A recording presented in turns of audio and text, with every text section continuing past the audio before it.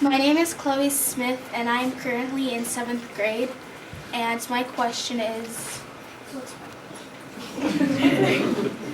what was your favorite project you worked on, or am currently working on?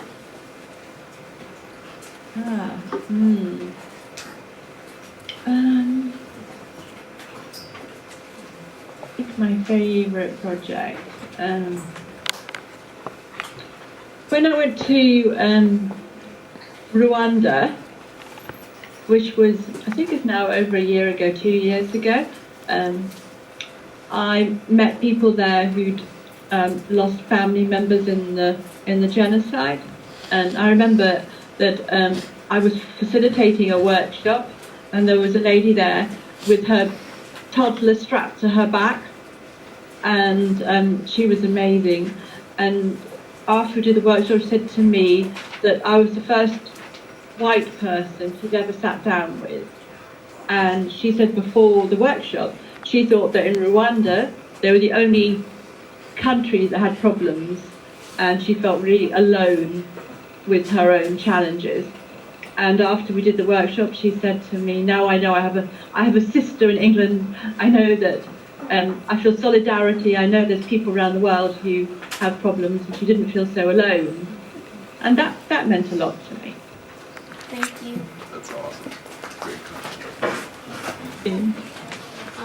Hi, my name is Kiva and I'm in 8th grade.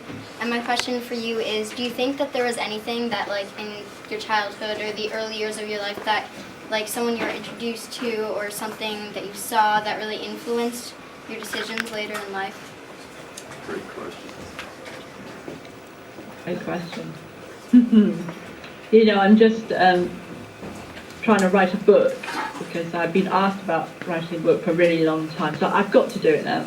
And I've been thinking about that very question, and actually there's a lot of things that happened that I think led me to make the decision that I made. And when I was in my early 20s, I spent a lot of time living in literally a hut in the Himalayas with the Tibetan people. And when I lived in this hut, we had no electricity, no running water. Life was very, very basic. And while I was there, I was studying non-violence and reading about Mahatma Gandhi. You all know the teachings of Gandhi? I'm sure you do. So I was really interested even back then, and reading about the Dalai Lama, who he's a total inspiration on how to be non-violent. So those ideas were already there.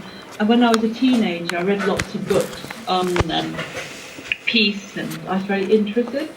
And the way that I always wanted to understand people. I never wanted to think that someone was just kind of a bad person. I wanted to know why people did things. And I remember at school, they didn't really answer those questions, and I was very frustrated because the teachers never explained to me why people started wars and why they did these things. And so I always felt that there was more to find out. So I think I was always asking difficult questions, which led me to want to understand the man who killed my father, rather than just believe that he was an evil person. That wasn't enough for me. Thank you. Great question, Judy.